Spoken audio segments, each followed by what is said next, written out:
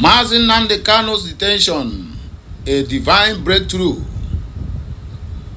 This is a letter to UK Parliament over illegal detention of Nnamdi Kanu by Pan-African Forum. Let me shock you one thing some people don't know about this Pan-African Forum. Pan-African Forum are men that are well to do formed this group to fight against people that their rights are being trampled, just like Nnamdi Kanu, and also to speak truth to power. Just like they have G7 in US, that is the work of this Pan-African Forum. So they have instituted a legal process to sue the entire UK, including the Queen, where don't pass away. They will sue everybody. They will sue her spirit to come and explain why are they silent over the illegal detention of their own citizen. Let me not waste much of your time. Let us see this clip. After that, then we'll come back here to analyze the news to the best of our knowledge. As you are watching, kindly drop your own opinion at the comment section. I'll be right back. West Africa has seen a mix of troubling developments and symbolic milestones this week, from deadly kidnappings in Nigeria. Letter to the Foreign Secretary of UK Parliament. You know, the issue of Biafra, the issue of Nnamdi Kanu, the issue of our Prime Minister Simon Ekpa is no longer a joke. It's now an international issue as it concerns our Supreme Leader Nnamdi Kanu. Why is UK government keeping silence on the illegal detention of our Supreme Leader, who is a British citizen? Is that how UK behave? Right now, let me read out this letter from Pan-Africa Forum Limited and Associates. Public letter to Right Honourable Priti Patel, MP, Shadow Foreign Secretary of UK Parliament. Subject: why are you silent on the illegal detention of British citizen Nnamdi Kanu? Date: 30th July 2025. Dear Madam Priti Patel, we write this public letter to raise a matter of grave concern, one that touches not only on the fate of British citizens, but also on the credibility of UK's shadow cabinet commitment to human rights, rule of laws, and protection of its nationals abroad. As a shadow foreign secretary and a former home secretary, a post you held office at a time when Mr. Nnamdi Kanu, you are aware of a British citizen, a leader of the indigenous people of Biafra, IPOB, was illegally abducted and extraordinarily renditioned to Nigeria in June 2021. As a lawyer by profession, you know his transfer was a blatant violation of international law, conducted without due process and in breach of Article 3 of the UN Convention Against Torture, as well as the African Charter on Human and People's Rights. Since that illegal operation, Mr. Kanu has been detained unlawfully in the DSA's facility in Abuja for over 4 years. Won multiple court rulings in Nigeria, including from the Court of Appeal and Supreme Court, affirming his abduction was unlawful and ordering his release, but has been subjected to inhuman conditions, denied medical access, and denied consular protection from his own country, the United Kingdom. And yet, you have not said nothing. Is this how British treat its own citizen? The Tory government moved swiftly in other international human rights cases from Hong Kong to Belarus. But in this instance, a British citizen was abducted, tortured, and held in defiance of court orders, and no official protest or statement was made under your leadership at the Home Office. The British people deserve to know, number one, was the UK informed or complicit in the rendition of Mr. Kanu to Nigeria? 2. Why did the Home Office under your leadership fail to invoke the protection available to British citizens under international law? 3.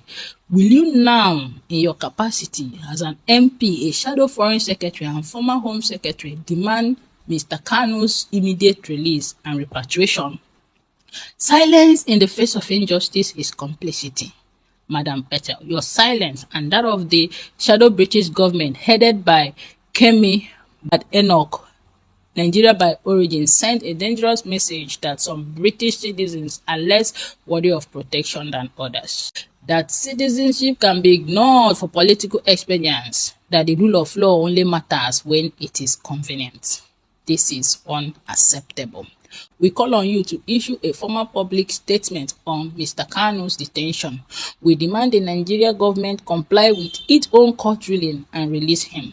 We request you to use your voice in Parliament as a shadow foreign secretary to uphold the dignity and right of all British citizens regardless of race, religion and political belief.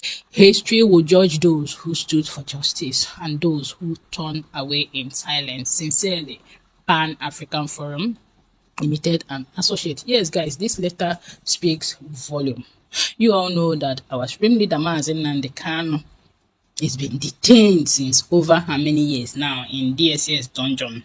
But thank God, most African countries have come to realize that we Africans need to really liberate ourselves from this bullshit going on in different African countries, not just in Biafra and not just in Nigeria, but it's time we come together to secure our land, to save ourselves, because some of these people using our people to fight us, they don't like us.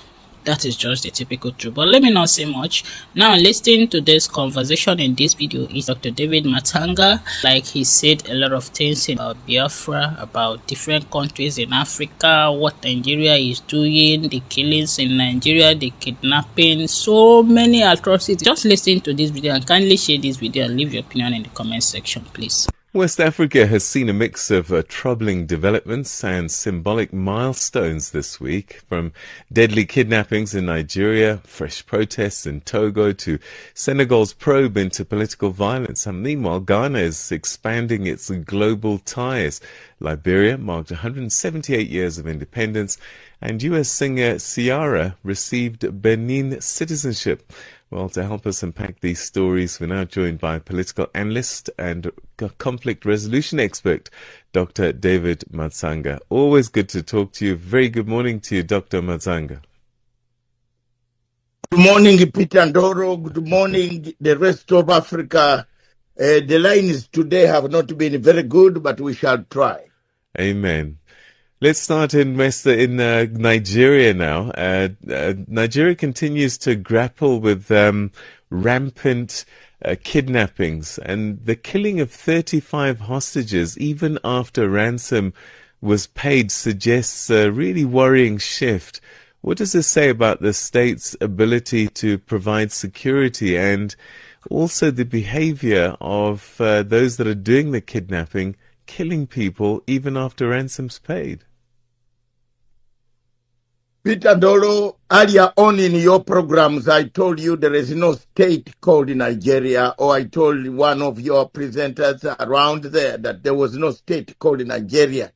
Nigeria is a country without a country, a state without a state. In political science, anybody who has studied that subject will tell you what that means.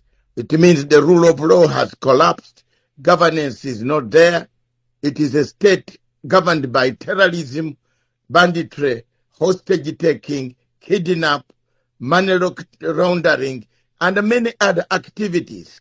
Boko Haram are there eating people, taking people, kidnapping the girls, taking them at will. The Nigerian army itself has turned on its own civilians in the southeast. Instead of going to protect and fight Boko Haram, they fight the people in the southeast, the Biafrans, and the southeast, south. Now, Nigeria is not a state. Nigeria needs to seek for help. But unfortunately, the leadership there, they don't want help. They don't want external forces to help them. Boko Haram has grown all the way in the north of Nigeria, Maiduguri, kidnap. Even when you pay money, they kill you after you have paid the money. So what type of country is this with a population of 250 million people? The leadership has failed the people of Nigeria. And I think the best way that I have said always in Africa, the best way is rearrange Nigeria like Congo. And I've told you Congo will never be peaceful. Nigeria will never be peaceful. Yugoslavia is beautiful, is now peaceful because it was rearranged. Thank you. Okay, what about Togo, not too far away? We've seen renewed protests there targeting President Faure Gnassingbé's extended rule, and many seeing this as a dynasty power grip following his taking over from his father, of course. What do you think is fueling the youth-led unrest, and how significant is this moment? The people in Togo see what is happening in Niamey, in Niger, and what is happening in Mali, North, what is happening in Burkina Faso. The younger generation there, the officers, they are watching. It won't take long. And Peter, we shall come back here, and I'll tell you, I told you, it won't take long. The gentleman there is doing things, changing the constitution. I don't know where these people in Africa got this appetite of changing the constitution. Like, look at Ouattara. Ouattara even eliminates all his friends, and he remains alone. Yet he is also not from Ivory Coast. He's from Burkina Faso. And Mbeki. Mbeki is there. We know Mbeki, Kisano, Matsanga. We know where Mr. Ouattara comes from. But he has eliminated others on saying they belong to dual nationality. But just like I said earlier, Mazi Nnamdi Kanu's detention, incarceration, whatever language you may use to qualify it, the illegal rendition, in fact, everything that is happening, or rather that have happened on the case of Mazi Nnamdi Kanu, both the discharge and acquitted, stay of execution, my brother, it is for the glory of God. It is now I begin to understand that when God is on your matter, are you ready to pay the sacrifice? Because before God, before the universe give you, you must pay the ultimate sacrifice. Don't even imagine it that people who are rich, they just wake up from nowhere and begin to grab riches. Even if you inherited that riches from your father, the source of the rich pay one sacrifice or the other to get to that point.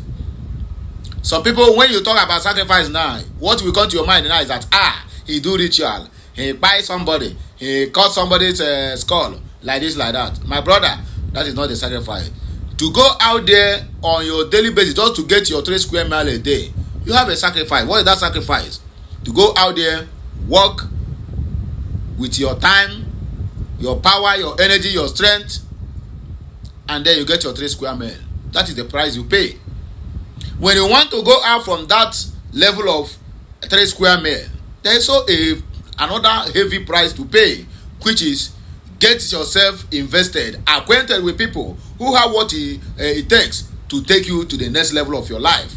You pay the sacrifices. Either sometimes you pay with money or you pay with your medulla oblongata. And before you get out from that position again, or being maybe a 2-bedroom flat rich man, to get to a duplex, you pay a higher price. So Nnamdi Kanu is paying a heavy price. Simon Ekpa, these two guys are paying heavily for what is happening today. If they are not being incarcerated, if Nnamdi Kanu have not been kidnapped and forcefully rendition from Kenya, how will other countries now, people of meaningful characters, not people of questionable character, no, people with meaningful characters, people, their characters that people, everybody will kind of be like, want to be like them. And now talking about the Biafran issue, Nnamdi Kanu issue, Simon Ekpa issue. It is a divine intervention. I don't know how you see it, but for me, this is the way I decide to analyze it. So Mazi Nnamdi Kanu have paid the ultimate price. Just like the people who are going to church, the pastors, your reverend or your deacon or your prophet will tell you that Jesus Christ has paid your price. He paid your price. For him, he remains poor, that you may be rich. But some people know they see the richness after going to church for 1,000 years. But that is a story for another day. I don't want to dive into religion. People, where they go there, everybody know themselves. So Nnamdi Kanu and Simon Ekpa, they have paid the heavy price, and they are still paying the price just for Biafrans to get their freedom. These two guys need to be applauded at all times. They need to be, they need to be honored at all times. When we get the Biafra finally, if we are molding our fallen heroes, people who fought for the existence of Biafrans, Nnamdi Kanu's statue and that of Simon Ekpa will be there to join with Philip Effiong and every other person, Dimot Mebu Ojukwu and many more. So these guys are fighting in tooth and nail, paying the ultimate price, dodging bullets, or rather collecting bullets every day. Where Mazi Nnamdi Kanu is, if they tell you the kind of torture they are giving to that man, but he refused to give up, my brother, you will shed tears. If they tell you the kind of torture they are giving to him, most especially emotional torture, you will stay indoor complete 1 week. The only time you have chance to talk to anybody is when you have a visitor. Only if they allow that visitor to see you, that is when you get to talk to anybody. You are not going to interact with other prisoners or other inmates. You are just on your own in a lonely cell. That when you look left, look right, you cannot see anybody. When you shout, nobody will even hear your voice. That is where they dumped Mazi Nnamdi Kanu, solitary confinement. What punishment can you ever give to somebody in that kind of condition? So Nnamdi Kanu have paid the ultimate price, and that is what we are going to reap the fruit. The sacrifice they have paid, we are going to reap the fruit very soon. It's not going to be far. Let us just look towards from now till the end of November and see what is going to happen. Biafra is here to stay, and there's nothing anybody can do about it.